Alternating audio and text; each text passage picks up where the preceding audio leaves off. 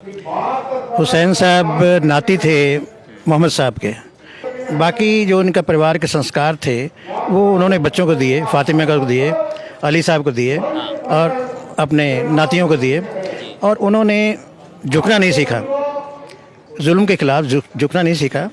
जो उस समय के खलीफा थे और कुछ और उनके जो विरोधी थे, खिलाफ थे, क्यों वहाँ तो ज़्यादातर अरब कंट्री में बहुत से कबीले थे जो कि एक दूसरे पर अटैक करते रहते थे।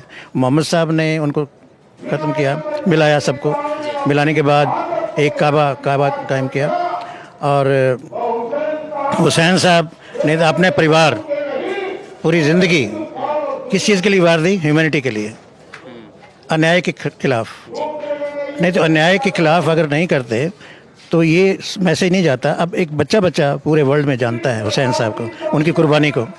और ये बहुत बड़ा सबक है हम लोगों के लिए कि कभी जुल्म के सामने नहीं झुकना चाहिए, कभी गलत काम के लिए नहीं झुकना चाहिए, एक आदर्शों पे कायम रहना चाहिए। ये बहुत बड़ी सीख है, बहुत बड़ी सीख है। और अगर मैं इन्फॉर्मेशन की बात करूँ, नॉलेज की बात करूँ, तो आपके पास बहुत अच्छी नॉलेज है इमाम हुसैन अलैहिस्सलाम के बारे में।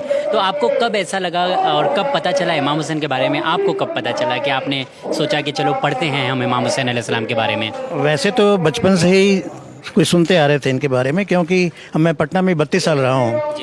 तो कॉलेज में प्रिंसिपल भी रहा, साइकोलॉजी के मैं PhD मैंने पटना यूनिवर्सिटी पटना से किया। और उसके बाद 2 साल काउंसलर भी रहा है open university, Nalanda open university Patna में ही है। तो वहाँ पे मुहर्रम मनाया जाता है, ताजिया निकलते हैं, ताजिया को फिर दफनाया जाता है। बहुत से मेरे स्टाफ भी मुसलमान थे और बहुत से दोस्त भी थे जिनसे बहुत सी चीज़ों का पता चलता था। तो उनसे बचपन में ही हम लोग पूछते थे कि भाई ये ताजिया जो निकालते हैं इसका क्या कारण है, क्यों निकालते हैं, वो सब होता है, क्यूरियोसिटी होती है बचपन में। तो वो बताते थे कि भाई हुसैन साहब ने कुर्बानी की, अपने बच्चों की कुर्बानी की, परिवार की कुर्बानी की। और यहाँ तक किया गया कि जो रेगिस्तान था करबला के पास, पूरा मैदान जो है रेतीला था और पानी की कमी थी और पानी तक उनको पीने का नहीं दिया। इतना बड़ा जुल्म। जो अत्याचारी थे वो उनको मतलब अच्छी चीज़ें बर्दाश्त नहीं कर पाते थे।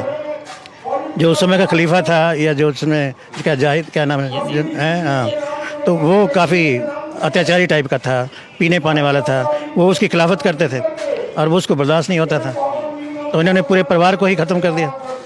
लेकिन चाहते थे तो कुछ एग्रीमेंट कर सकते थे आपस में कोई सहूलतों के लिए, लेकिन उन सहूलतों का उनके नहीं किया। तो बहुत बड़ी सीख है इंसानियत के लिए। इंसान जिए तो इज़्ज़त से जिए, नहीं तो जीने का फ़ायदा क्या। मेरे कौम जो कि माइनॉरिटी है। अगर सिख समाज के बारे में हम बात, आबादी 2% है, लेकिन 80% कुर्बानियाँ हैं। 80% कुर्बानियाँ हैं। उसमें से गुरु तेग बहादुर साहब की, गुरु अर्जन देव जी की, इवन गुरु गोविंद सिंह जी की, पूरा सरबंस ही उन्होंने बलिदान कर दिया, कुर्बान कर दिया देश और धर्म के लिए। और हमारा एम वही है कि जियो और जीने दो।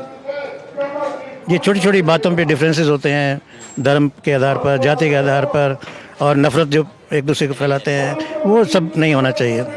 एक जीने इंसान है और सबसे उत्तम कृति है अल्लाह की, ईश्वर की, भगवान की। वो कुछ भी कही, अव्वल अल्लाह नूर पाया, कुदरत के सब बंदे, एक नूर से सब जग उपजा, कौन भले कौन मंदे।